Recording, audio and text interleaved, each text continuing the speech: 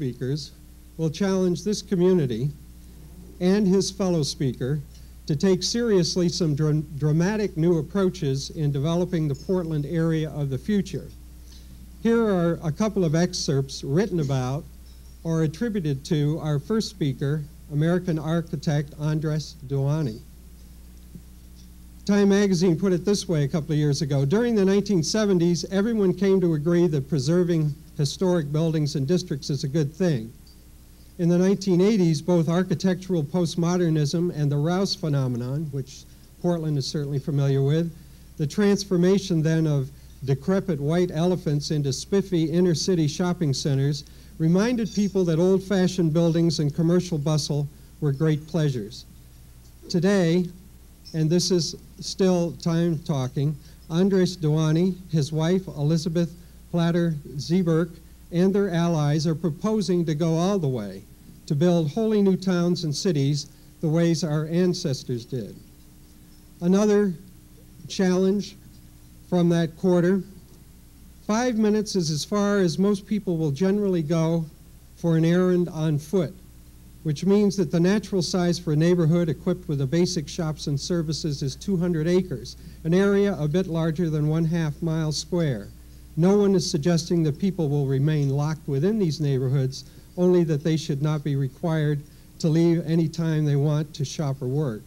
And finally, a statement that's based on one of Mr. Duany's many lectures that he gives around the country.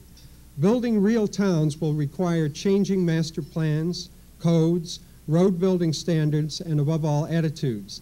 The mindless administration of rules enshrining the unwisdom of the past half century must cease, and the reign of the traffic engineers must end.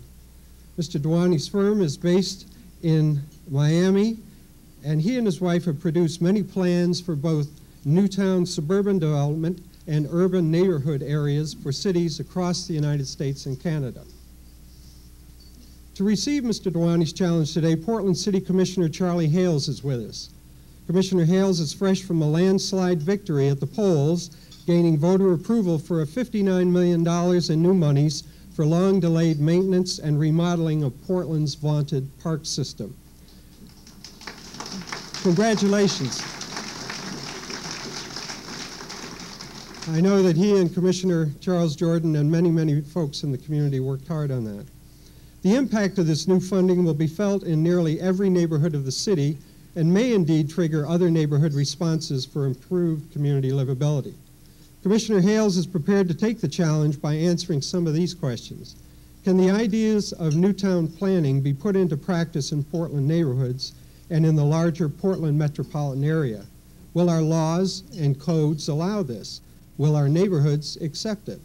And then what will it be like? What will Portland live like if it looks like a neo-traditional town? From his perspective as a former home builder and neighborhood leader, and now as the city commissioner in charge of planning, Charlie Hales will paint Mr. Duany's ideas onto the canvas of our community. Please join me in welcoming our two speakers to the Portland City Club.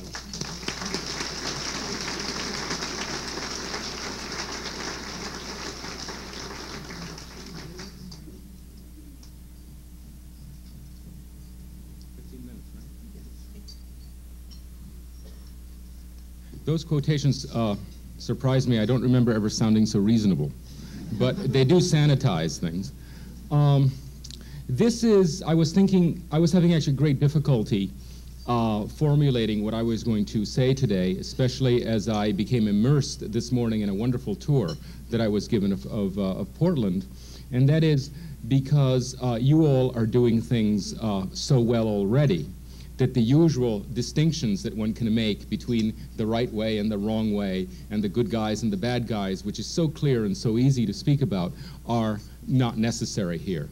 And perhaps I can bring up a few subjects of greater subtlety. I'm not used to that.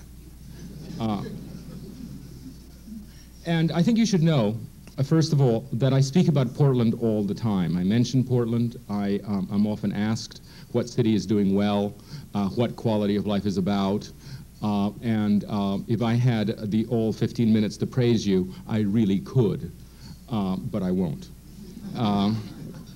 I think you know very well what you're doing. And perhaps a couple of questions here, which were actually brought up this morning, might be more interesting. And just as something to I think, to fuel thought as to how you can do better, not just now, where you're doing very well, but as you set up plans for the next 50 and 100 years, which is, after all, the time span of city planning, of city building. And the first one is the very curious situation in which, despite all of your sophistication here, there is a very strong no-growth movement. No growth.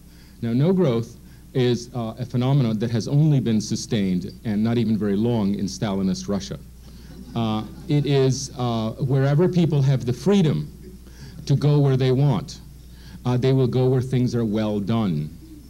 And things are being well done here, despite your really questionable weather. People still think this is a marvelous place to come. You can raid wonderful clean industry with high-paying jobs, and simply by saying, come to Portland, you can raid, for example, Silicon Valley and get people to come. As long as you keep doing things well, there will be an increasing pressure to keep growing. And there's no force in this Republican form of government that can stop that growth. You may be able to stop it for one political generation, perhaps two. You can certainly vote in a slate that will stop it. But as soon as the distortions become clear, as soon as housing starts becoming absurdly expensive, as soon as there is this or that problem, and so many emerge in very short order, there will again be, and because it is a democracy, there will be a swing the other way, and a pro-growth slate will be voted in, and then all your work, perhaps an entire lifetime of work, will be swept away, perhaps 30 years from now, but it will surely go. The only way that I think you can sustain Portland in its excellence is to channel growth along healthy patterns. Not to stop it, but to channel it. Now, how to channel it for you is certainly clear enough, because you have so much of it which is excellent in front of your eyes. You know, and it's almost exactly chronological. The older the place in Portland, the better it is. Today I was given a tour, and it was a chronological tour. It was also a tour of urban dissipation. You know, the more recent it was, the more degraded it was from the point of view of community, social, anything, so many of the things, social interaction and environmental.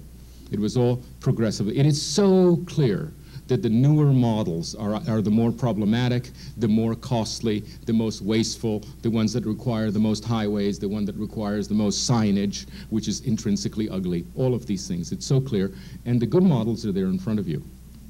Now, there is an idea, and you have actually sustained an urban growth boundary for a very long time. This 23 years or 25 years of an urban growth boundary. You have only been able to do that because it was such a slack growth boundary in the first place. You know, it was just so empty that it filled up. So I'm not that impressed by that achievement. I'm impressed by, for example, the growth boundaries of German cities. Now, fly over Germany any time. And by the way, it's such a small country that the flights never get too high. Get a window seat, look down, and you will see what a growth boundary really is. They're taught. You know, the communities are taught. The countryside starts decisively. People are within very short distance of the countryside, and it's basically a regional plan of cities, towns, and villages. Absolutely clear. That is a growth boundary. Now, your growth boundary is doubly, I think, weak, because what you have permitted to occur within it is suburban sprawl. You know, what you have within the growth boundary in many, many areas is a version of Los Angeles. You know, so what credit accrues to you? What does that mean? It means that you have a specialized citizenry. You have a citizenry that is very, very environmentally awake, that knows the value of open land, that knows the value of an intact ecology, and fights very, very hard to preserve it, and then lets go of whatever is inside the boundary. And if there's one thing that I can say today, is that those of you who have the energy and the understanding to be environmentalists, and it takes both. You have to understand the basic complexity of a habitat. You also have to understand have the energy to basically assert it against everything, which makes it difficult. You who are asserting it so effectively really must not trust that boundary and must actually attack from the outside in. You know, it is not enough to hold the line. You must apply yourself to what is happening inside it. And the way to do it, I think the easiest transition is those of you who truly understand the complexity of a habitat, who really understand what what an owl requires and what any one of the smallest creatures require, must really become experts in the human habitat. And humans are surprisingly similar to any one of the creatures that are out there in danger. And I think if you look at any newspaper and look at the results of the last election and so forth, you will realize that the humans are in pretty sorry shape in this country also. That the basic human in this country, which is the human middle class, which is the majority and basically the fundamental species, the American middle class, is in terrible shape and is behaving in a very pathological way. That's the only explanation that they're doing. You know, they're rejecting its young, they are mistreating its old, they are misassigning its resources, you know, with automobiles and all of this. They're just generally doing a lousy job on themselves. It is a habitat which is also in trouble. The habitat, you don't need to read great sociological books. You don't need to become an environmentalist at the level of let's say, a scientist to understand why we need species to be preserved. Just that you do not need to become a sociologist to understand where it is that humans live in a more reasonable way. And you can actually discern it very clearly by observing. You observe the places that work well. Observe the places that contain a range of incomes, that people young and old can live. Observe the places where families don't need to have 3 and 4 cars per family, where, in fact, it is not necessary to be a viable citizen to have a car, you know, just as a kind of prosthetic device, the way it is in the suburbs.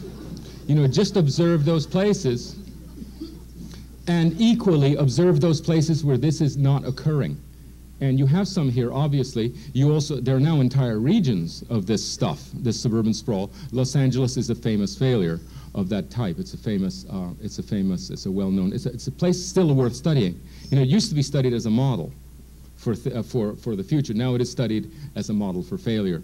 But you should become, in fact, conversant with the kind of decisions, the kinds of codes, the kinds of development practices that create a place that generates such a low quality of living, that quality of life, that people then leave it. They leave it. There's no allegiance to the community. I believe there's a lot of allegiance to this community. You feel it. There's such pride. And that is because there's a quality of life here that's worth preserving. Don't confuse quality of life with standard of living. You know, for example, Silicon Valley has an exceptionally high standard of living. The salaries are very high. And people have rather big houses, and their houses have lots of bathrooms. And appliances, and they're relatively new. That's the way to measure standard of living, which is numerical. Quality of life has to do with what you do with your time. You know, the freedom that you have to do what you will with your time, the freedom that many of you had to get here within an hour's, you know, a lunchtime hour, gather relatively easily and go back to work. You were able to do that, and you cannot do that in Los Angeles. You cannot gather the equivalent of the City Club in Los Angeles because it's too dispersed, you see. It is a quality of life. The standard of living might be high or even higher, but the quality of life is much lower. So become experts in this. Like, why can you not become an expert in your own habitat the way you become experts in other things? It's very much in your interest.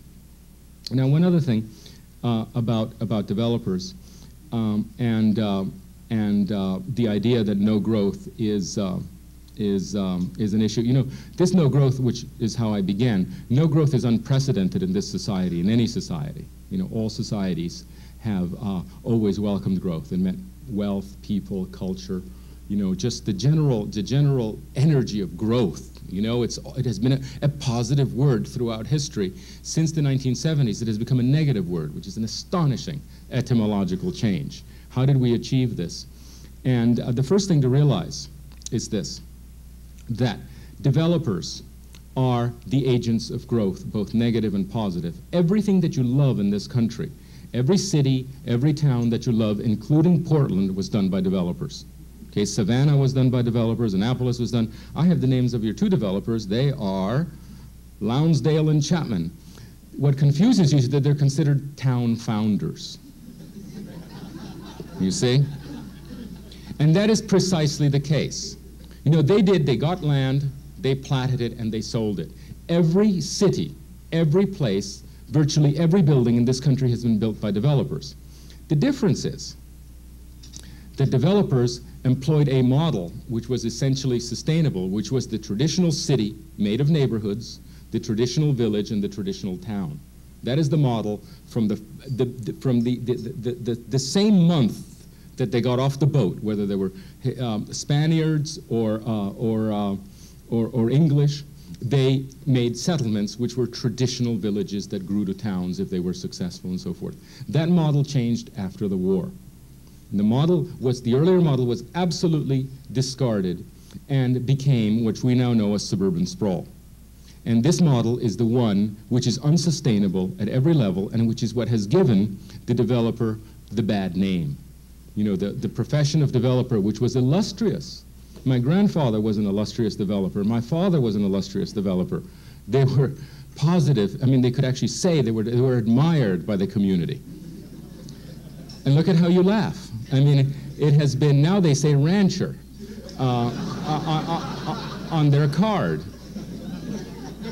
The only thing that has changed, they both provide places of living, places of working, and places of shopping, which are human needs. It's a human habitat. But instead of taking the pattern of the traditional neighborhood and the traditional village, they have been delivering those three elements as shopping centers, office parks, and housing subdivisions, or sometimes housing clusters. And as soon as you hear those three words, shopping center, office park, and housing subdivision, that's trouble, because that's the new model. Do not permit your developers to build these isolated, segregated places that cause traffic and that cause isolation and cause segregation by income. Say, fine, we will permit you easily to do those three things because we know we need them because we're growing, but assemble them as new neighborhoods. If they're adjacent to Portland, assemble them as new neighborhoods. If they're in the landscape, assemble them as villages. But do not permit these three new elements, which are innovations since the war, and in my opinion, profoundly unnecessary. There's a story as to why they emerged. It has to do with the experience of World War II, which introduced specialization to this country. Before the war, any planner considered any element in a fully balanced way. Planners were generalists. When you considered a street, you considered what the street would be like for buildings. You considered what they would be like for pedestrians. You considered trees. You considered cars. You considered the beauty of the street. You considered the technical requirements of the street. The street was complexly understood. This is just one element. After the war, after the great victory of World War II, when thousands of people came back with crew cuts, having absolutely accomplished the unimaginable, building 800,000 airplanes in 4 years, you know, which was done through organization and specialization, they applied this new specialty to the design of cities. And cities hate specialists, because what happens is you get people that only care about traffic, people that only know about retail, people that only know about office development, people that only know even environmentalists that only know about wetlands. I mean, let's put it this way. Everybody must come to the table as a human and come to the table and design a community which they, as humans, would want to live in, not just as specialists. You know, the minute you put a traffic engineer down on a table, or anybody, a retailer, and says, this is the place for you to live, you'll see how the specialist hat comes off and something else comes on, which is designing a community which is good for everybody. It's perfectly clear how that's done. Unfortunately, your codes and every other code in the United States has a residue, in fact, a very strong residue of this kind of specialty. You know, the chapter on parking, the chapter on the public works, they're all specialized and they all contradict each other, and it makes it very, very difficult for developers who wish, again, to build neighborhoods, makes it very difficult to build traditional neighborhoods again. So it's really an uphill. And that's one of the things that I can recommend today. If you're to do the next thing, clean up your codes so that it is perfectly clear what it is that you want. Codes are like the genetic material of a city. What you get is what you've coded. You know, the city of Portland looks the way it does at one time because that was the code, and the city of Portland in its suburbs looks exactly the way it does, not because it's a free-for-all, not because developers got away with something, but because that is what is coded. That is exactly what's coded, and it's very difficult to get by it. So the first thing is that neobiologists that you should know is that your codes are genetic material. They form your cities, and so you'd better clean up your DNA before too long. Thank you very much.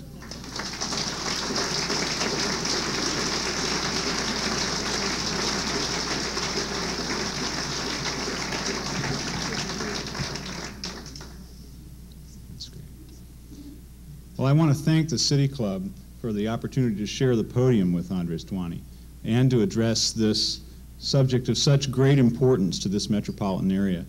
There's a lot of horsepower in this room here today, and I don't want to recognize all of the members of the Planning Commission and the Design Commission that I see here, but I do want to make sure we acknowledge my colleague, Commissioner Gretchen Kafori, and the Planning Director for the City of Portland, David Knowles, who are here, two people who will help make this happen if we're able to do these things here in our community. Thank you, Gretchen and David, for being here. I think it's fitting that the City Club be the place where these ideas are discussed, because this is a very influential forum. Never doubt that. The City Club has been pivotal in the history of many important issues in this community. Certainly for me personally, the support the City Club has shown for parks in the last year has been immensely helpful. And the debate that the club sponsored during the 1992 City Council campaign was the turning point for my candidacy. And yes, Ray, I am still riding the bus. I believe that the ideas that we explore here with you today represent another turning point, a set of policies and actions that can help our community to do that, to grow smart, growing not as those other places have grown, but growing in a way that's healthy. I hope that the remarks that we make and the discussion that we have here today will energize this club to become involved in the effort to shape the future of our community by planning as if people mattered. It's been more than 50 years since Lewis Mumford asked a City Club audience a tough question: whether or not the community leaders of that day were good enough and had enough intelligence, imagination, and cooperation among them to be worthy of the stewardship of this magnificent place. Other speakers since then have thrown that question back at us, most recently when Metro's John Friganesi addressed the club regarding Metro's 2040 regional plan. I believe that the answer to that question is yes. But today I'd like to present another challenge from Mumford's same 1938 speech. He also said, rebuilding our cities will be one of the major tasks of the next generation. In providing for new development, you have an opportunity to do a job of city planning like nowhere else in the world. 1938. We're faced today with the challenge of rebuilding this community in a way that will accommodate the growth that we all know is coming. And I agree, Andres, you can't stop it. It's a question of what you do with it. But we also have to consider the human factors, which are at least as important as the housing and transportation needs most commonly addressed by planners. Now, we've made some good decisions over the years since Mumford posed those questions, and we are doing some things right. But again, just because we have a great downtown, just because we have had an urban growth boundary for 2 decades and light rail, and just because we're obviously smart enough to invite Andres Duany here every few years to speak to us, we still can't afford to be smug.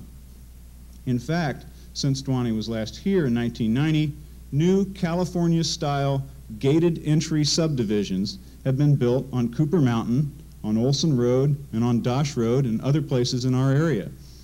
Since 1990, we've built sound walls on 158th Avenue and Shoals Ferry Roads.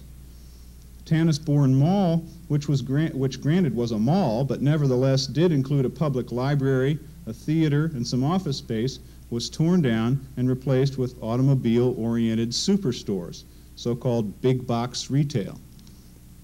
And while most of these examples are outside of the city, let's not forget the generic strip mall at Gateway and the plans afoot to spend another $110 million on the expansion of the I-5 freeway inside the Portland city limits to, as Duany says, keep cars happy. We do, however, also have some recent successes. At 122nd and Gleason, a combination of a Target store, a Safeway store, and smaller neighborhood shops will soon take shape, with 95 units of senior housing above the stores. When Trammell Crow first submitted their design for new housing down at River Place, it was rejected by the city because it had too many garage doors and not enough life at street level. And at their recent groundbreaking, those developers actually thanked the Design Commission and its staff for forcing them to build a better project. And that's what's being built today. And there's some other good projects we're working hard to get built. The nonprofit City Life project in the Brooklyn neighborhood is a demonstration of several different housing types on a single half-block site with parking in a rear alley. The old Carnation Dairy site on Southeast Belmont is, I hope, soon to be redeveloped as a neighborhood anchor, 81 mixed-income rental units with shops below. Outside the city, in East Multnomah County, Fairview Village will start construction this spring. This is a stunning new town which utilizes direct application of many of Duany's ideas. It will include over 500 housing units of several different types, 4 parks, a town center with retail and commercial services, and a new Fairview City Hall. In Clackamas County, a similar new project called Sunnyside Village is also under construction. That will include nearly 2,000 housing units, including some single-family homes now under construction that have accessory apartments, so-called granny flats, over the garages. But make no mistake, the vast majority of new development in this region is still falling far short of Duany's principles and his challenge to us. We're still building lots of sterile, segregated, single-family suburbs and strip malls which could be anywhere. You could be dropped down in one of these projects and it would be tough to prove that you were in Portland. You'd have to spot a remnant Douglas fir off on the horizon to know for sure. Now, people will tell you we're continuing to build this type of development because that's what the market wants. That's why we do it. We heard that line once again in this week's Oregonian story about the developers and property owners along the West Side Light Rail line saying that we'll have to wait for 30 years to see transit-oriented development there. The market today, they said, will only support automobile-oriented development along our region's billion-dollar investment in light rail. Now, I'm a great believer in the market. As Don said, I've run my own construction company. I've spent all of my career up until the last 2 years in the private sector. But markets are dynamic. If Stephen Jobs and Bill Gates had waited for the market, I would have typed this speech on an IBM Selectric. What I think we need are some people who can look at those trends and do what Jobs and Gates did, exercise some market leadership. And there's growing evidence that the market here will respond to that kind of innovation and leadership. Last year, the City of Portland, along with other local governments, sponsored a regional visual preference survey. By a large majority, the 3,000 adults and 1,500 young people who participated in that survey said they preferred exactly the kind of housing and development that Mr. Duany is advocating. Our challenge as a community is to find the ways and means to get it built. And if we can do that, we'll get more than just prettier development. This is not just an aesthetic issue. There are also profound human effects to poor planning and development. When you build to serve the automobile, what do you get? You get kids who have to be driven to every activity, I see some heads nodding, and who consequently spend more time isolated in cars and less time interacting with other people. You get low-income people who will do almost anything to keep a car on the road because they know they're doomed to economic disaster without one. And you get elderly people who, when it's no longer feasible to live in their detached suburban home, have to move to a retirement community. My own parents are moving here from Virginia, not only to be closer to my family, but because Portland is one of the few places where it's still possible to be old and to not have to be housebound if you can't drive. The great irony that Duany and others point out is that the focus on keeping cars happy really results in a loss of mobility, not just for those older citizens, but for all of us. Our misguided efforts to keep cars moving actually requires more and more dependence on cars to go anywhere. Here and across the country, as a result of this type of development, auto trips are growing at 3 times the rate of population growth. We here only have to look north to Seattle and south to any California city, not just LA anymore, to find proof that it doesn't work if you try to build enough freeways and connector roads to accommodate that pattern of development and the spiraling need and demand it creates for driving. Now, so far, I've painted a pretty dire picture, but all is not lost here in the Portland area. We actually have a lot going for us, more than just the few successful projects I mentioned earlier. We do have an urban growth boundary. We do have strong statewide planning laws. And the stress test of that urban growth boundary, I agree, Andres, is coming now. We have new leadership at Metro committed to effective growth management. We have strong neighborhoods with distinct identities and some good suburban areas like downtown Lake Oswego and Hillsborough and Gresham. That those places still have the framework, the bone structure of a real town. And in Tualatin, their Commons project is trying to bootstrap up a downtown from undifferentiated suburbia. People here are motivated to do it right. Witness our downtown plan, our transit mall, our 5,000 new housing units built downtown in the last 15 years, a world-class convention center and the new Trailblazer Arena built not out in some cornfield at a freeway interchange, but at the heart of the city, at the crossroads of our light rail lines. In addition, as Don said, at last week's election, not only did the voters say yes to Portland's great park system, but they also approved the bonds necessary to build the next piece of that essential light rail framework. These successes should not be cause for us to rest on our laurels, but they should embolden us to do more and not settle for mediocrity in the development and growth of our community. So if we have this commitment and we have some things going for us, how do we put Mr. Duany's ideas into action? How can we meet the challenge of providing for new development, but building our cities, planning our cities, as if people mattered as much as cars, or maybe even more? First, we must work to add certainty to the development process by clearing away self-imposed obstacles. Portland zoning codes have already been updated somewhat to encourage a lot of what Mr. Duany suggests. Housing above the stores, narrower streets, treating pedestrians as rightful inhabitants of the public right-of-way instead of as deviates. That job, though, is only partly completed. We shouldn't rest until the kind of development that we do want is the easiest to get permitted. Commissioner Kafuri and I, along with the bureaus of planning and building and transportation, all of the city's agencies involved in the permit process, are now working together to improve that process so that when we invite someone in to build the future, we don't scare them away at the permit counter. We've made some good progress, but there's still a lot more work to do on that front.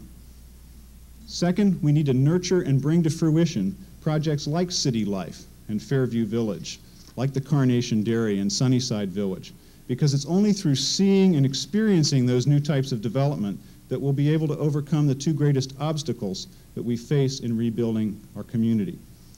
The first of those obstacles is making our citizens comfortable with increased densities and mixed uses and less parking. These are not the concepts that are common in the marketplace today, so they're strange to many people. The other obstacle is helping the banking and financial community to see that these ideas aren't crazy notions, but good business investments. Having those pilot projects completed will allow people to actually see and feel and touch them, to open the kitchen cabinets, to look out the front window, to wander around the apartment, and then go downstairs and have a cup of coffee at Starbucks on the corner. When that happens enough times, we won't have to say much, because people really can be taught. It's like learning to ride a bicycle. Once you know it, you know it. It's just that in the Portland area, we don't have many bicycles for people to learn on. Third, while it's important to encourage the development of large projects like the North Macadam District and the River District, we need to keep in mind that most of the new development in our community, most of the housing we need, will come from small projects in existing neighborhoods. We are, in fact, primarily rebuilding our city, not starting in most cases with a blank slate. Those ideal old towns that Duany describes became that way over time, growing and changing incrementally. So we need to foster a wide variety of housing opportunities with thoughtful additions, one by one, to the great neighborhoods that are the soul of Portland. And it's not enough for those of us on the City Council to focus our efforts only within the city. And I say the same for the City Club and anyone who cares about this issue. We have to reach out. We have to expand our working relationships with our partners all over the region to make sure that we rebuild the entire community. Because if one part of the region fails in this effort, we all will lose in our quality of life. We all will fail. Before I close, I want to thank Mr. Duany for his continued encouragement and for the value of his experience and for his clear-eyed assessment of the present and the future of American communities. Andres, I hope the next time you visit Portland, we have more successful projects to show you than we have so far. And you know, he's received a lot of criticism for his ideas on that market point as being only theories. I say that the success of new towns like Seaside, Florida, and the property values in old communities like Alexandria, Virginia, and Georgetown, those aren't theories, they're facts. Closer to home, we have the same kind of successes along Hawthorne Boulevard in Northwest Portland. Look how desirable those parts of our community are. People vote with their feet, and they vote with their dollars. Those examples and our visual preference survey show that if we build it, they will come. There's plenty of evidence that people are longing for the real communities built on the traditional model of small towns. They want their kids to be able to walk to a park and play baseball. They want senior citizens to be able to stay in their homes without needing a car. And they want to be able to buy a quart of milk without burning a quart of gasoline. So let's take stock of our situation. With the guidance of Andres Duany and the evidence of our own eyes, we know how deadening and pervasive the spread of suburbia is. We know the specifics of how to design livable communities. And we know that we have a chance here, just a chance, to do it right. Here in Portland, we have solid neighborhoods, from St. John's to Sellwood, from Mill Park to Multnomah Village, that are towns within our city. In the larger metropolitan area, we have the nucleus for healthy development in those downtowns of Gresham and Lake Oswego, and Milwaukee and Hillsborough, and the new ones taking shape in Fairview and Tualatin. We have 20 years of leadership in land use planning and an urban growth boundary that works. We even have some forward-thinking developers, a number of them here today, who understand Duany's ideas and who are ready to do the right thing and make money doing it. We have no excuse not to do this. I ask you, if we fail, where will we go to find a livable city? If we fail here, where will we try again?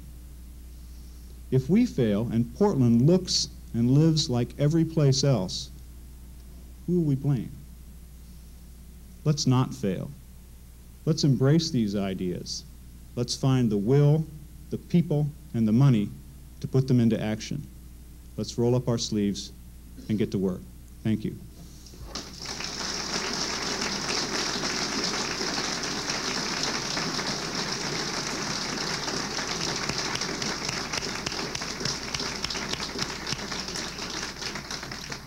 Thanks to both of our speakers for setting the challenge so concisely.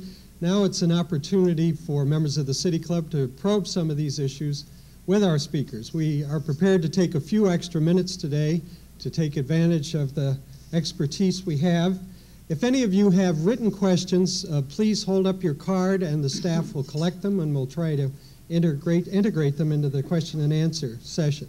Again, the microphone is available up in front for those who would like to ask a question. Would you please identify yourself by name and as a member of the club, and also indicate if your question is directed to both of the speakers or just to one of them. And finally, please limit your questions to 30 seconds. We have a large audience today and want to give opportunity for all to interact with our speakers. So we'll be taking questions from the table, and if those who are interested will come forward, we'll be prepared. But first we have two prepared questions, and the first one is from our program committee representative, Paula Koppel. Paula? Good afternoon. Thank you, Mr. Duany and Commissioner Hales, for those very inspiring remarks. You made some mention, Mr. Duany, of our urban growth boundary in comparison to one in Germany that you have also seen. I'd be curious to know where you have seen urban growth boundaries that worked, where you have seen them that have not worked, and why.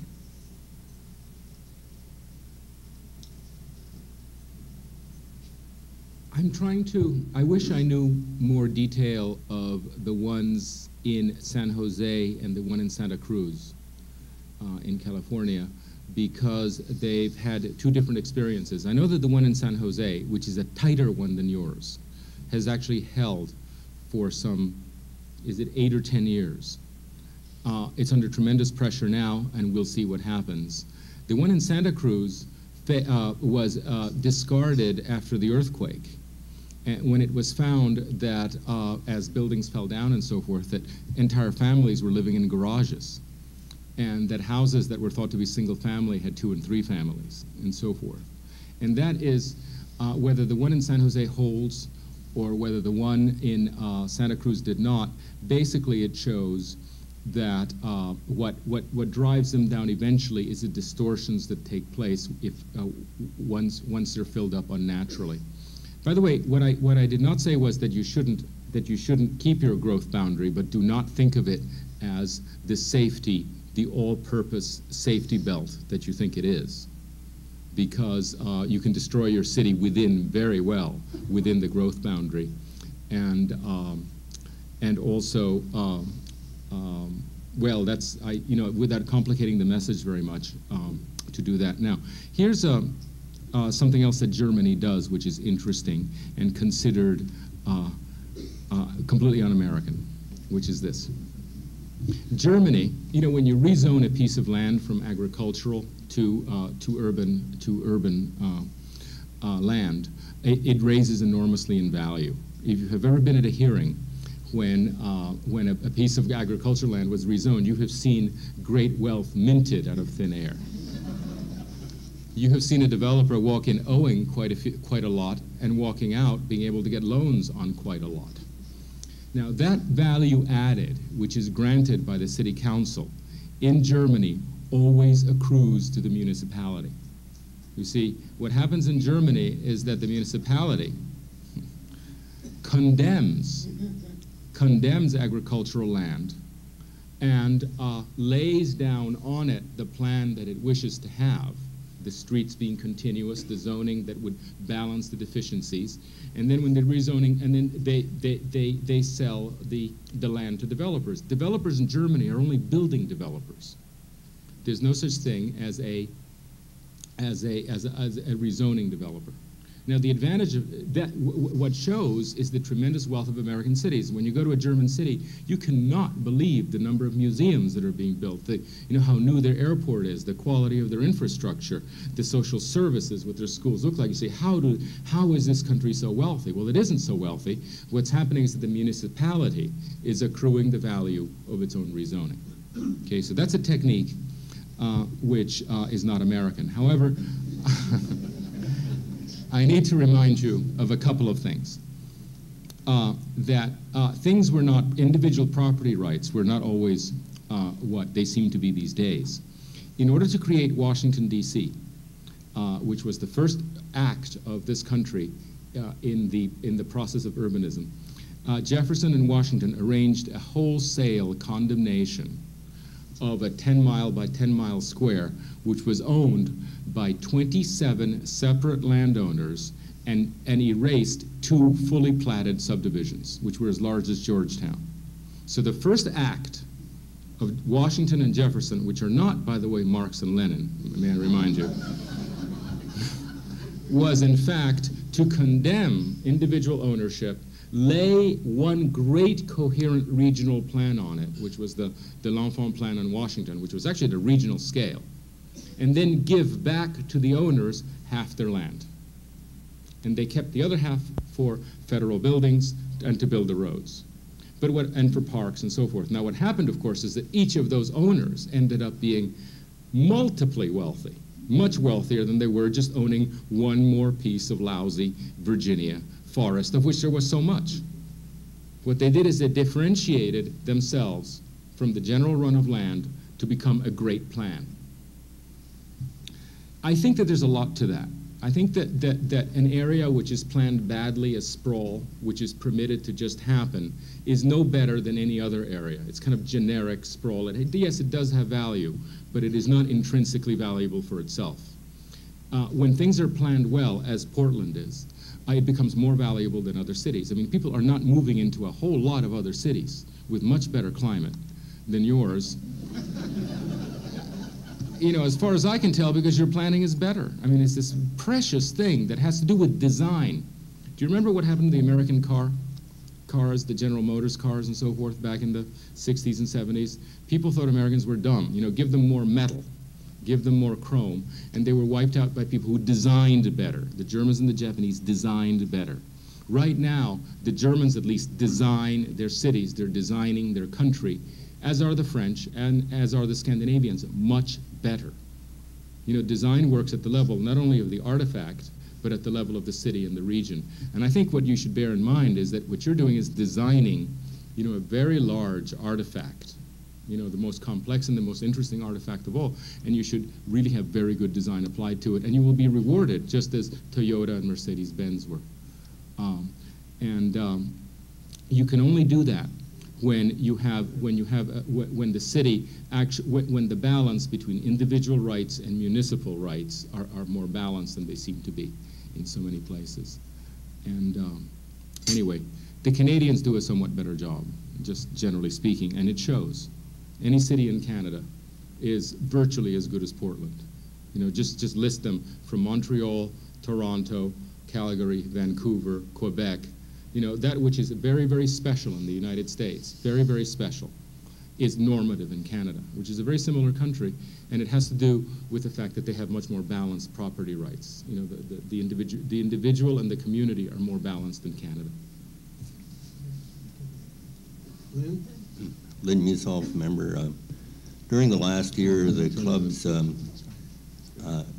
land use subcommittee focused on issues primarily related to mixed-use housing, of which neo-traditional is a prime example. 2 issues came out of that I'd like to have Mr. Duany comment on, if he could. One was the difficulty of financing that kind of development. We had among the planners and developers and officials, we had bankers as well, and they're about as traditional as you can get. And in fact, most of them are organized in such a way that the residential portion of the bank is totally foreign to the commercial, and the two rarely speak to each other. That poses a problem for that kind of development. The second issue related primarily to how best to develop this kind of program, and I think the consensus of the group was that if you develop along transportation nodes, public transportation nodes, your chance of success is far better than even a good development like Sunnyside, because you start with the idea that public transportation is available. Mm-hmm. Well, I would agree with your last statement, which is that of course, that public transportation is a great amenity. And it's a wonderful choice. It permits people to own fewer cars, and that has great, wonderful financial implications for the families. What you said earlier was also very true, which is that there is, you know, if you were, for example, to find a developer to build a mixed-use community or a mixed-use building. Not only would there be resistance from the point of view of the local zoning code and the local building code, but also the attempt to get a loan, you would hit this strange resistance. A resistance so strange that I've actually inquired about it, and it turns out that it has to do with the secondary mortgage market. And it shows how ignorant, actually, I am of such things. But that at this late age, I actually figured out how banks work.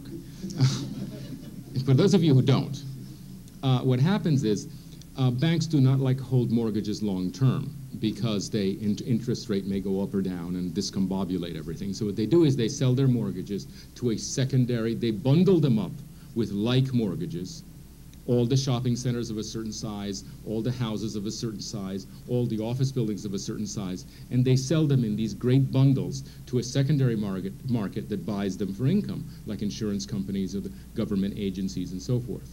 Well, it turns out that some of the building types that we need, such as the mixed-use building, there are not enough of them, and the pro forma is not designed so that they can be bundled and resold. So that what happens is that the market, in fact, does not, the bankers, for very good reasons as far as they're concerned, won't fund these things.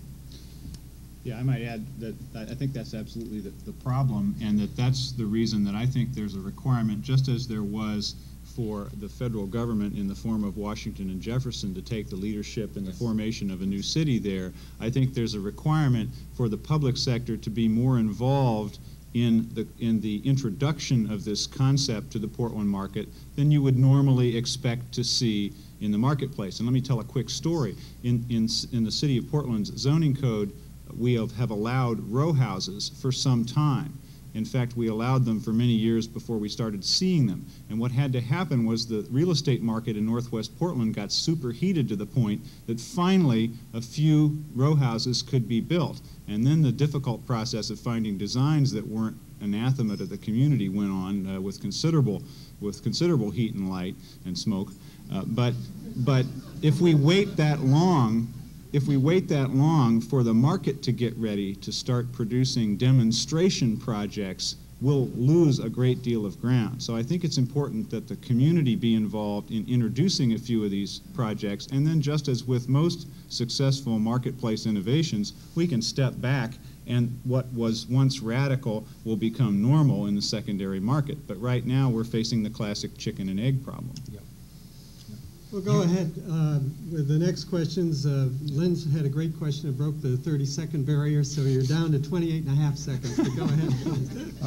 My name is Ed Marks. I'm a City Club member, and I'm also a residential contractor and developer, and almost all of my career has been involved in developing infill in close-in Portland neighborhoods and such like. And with respect to having some experience on the other side as a developer, as a builder, I see a lot of really positive, favorable attitudes for the kind of work that I like to see done and the kind of work that I do on the part of the City Council. The biggest roadblock, the biggest obstacle to my work is the bureaus. Yeah, can we get your question, please? The individual bureaus. Charlie, what can we do about that? What can we do? I mean, I realize that the City Council has a limited amount of power over the bureaus. Well, what can we do as a community? Well, that's a very fair question. As I said, Ed, I think the work is a work in progress. My definition of what's wrong with the Portland permit process is it's 100 little things and an attitude. And I think the attitude now is sound, that the people in the Planning Bureau want to see this kind of development. The people in the other bureaus are working better together than I've ever seen them work. And the whole theory behind this effort that Commissioner Kafuri and I are working on is that the two commissioners in charge of the bureaus that deal with most of the development process personally meet with the head of each bureau in that process every 2 weeks. It's a quality control committee. And again, if it's 100 little things, that's how you get at it. I'd say we've done about 11 or 12 of those 100 things so far. We have a long way to go. And again, we face the chicken and egg problem. We're often trying to deal with developers who don't get it and who we're having to exert the full weight of regulatory muscle to try to keep them within the standards. I mean, Ed built a house on the street that I used to live on in Kearns, and I'd challenge you to drive down that 3100 block of Irving Street and figure out which one's the new house. Well, unfortunately, not many people build the quality of urban form that you built in that case. So we still spend a lot of our time arguing with people. The people out in Powell Butte cutting down all the trees are a good example, who are acting very cavalierly. So while we're trying to deal with that in one court, we are carving out this enclave where we're steadily improving the permit process on another. But we should get to the point, you should expect the city of Portland to get to the point in the next few months where we can give you a specific timetable for various types of permits, and where if you want to develop the kind of project that we want to see, these livable city projects, that will guarantee you a faster turnaround time than for something else. We have to be able to get that guarantee to you, and it has to be bankable. We have time for one last question, I'm afraid. Gary Reddick, City Club member of the program committee. Commissioner, you made quick reference to the North Macadam district and the River district. I guess I'd like to have a more specific answer or response to those two areas, particularly the River district. There seems to be a great deal of discussion increasingly about the River district as an architect, not involved in crafting that fabric, but being really interested in it. Wouldn't this be an ideal place to put Duany's concepts into place? How do you see it fitting in? I think both the River District and the North Macadam District are excellent places to put these ideas into action and hold us to a very high standard in how we do that, and make sure that neither the city nor the property owners are simply trying to build projects. If we have 100 acres on the river in the North Macadam District and 90 acres on the river in the River District, we have a wonderful opportunity to make new neighborhoods. Neighborhoods aren't just housing and stores and streets. They're also places of worship, community centers, parks. They have urbanity, not just bricks and mortar. And that's a hard thing to do. So hold us to that standard. Hold the property owners and urban designers and architects who are working on those projects to that standard as well, because it's possible to build a great deal of new development even in that setting and still create a soulless place. And I don't want us to blow those opportunities. Please join me in thanking our speakers for a truly absorbing discussion. Really good.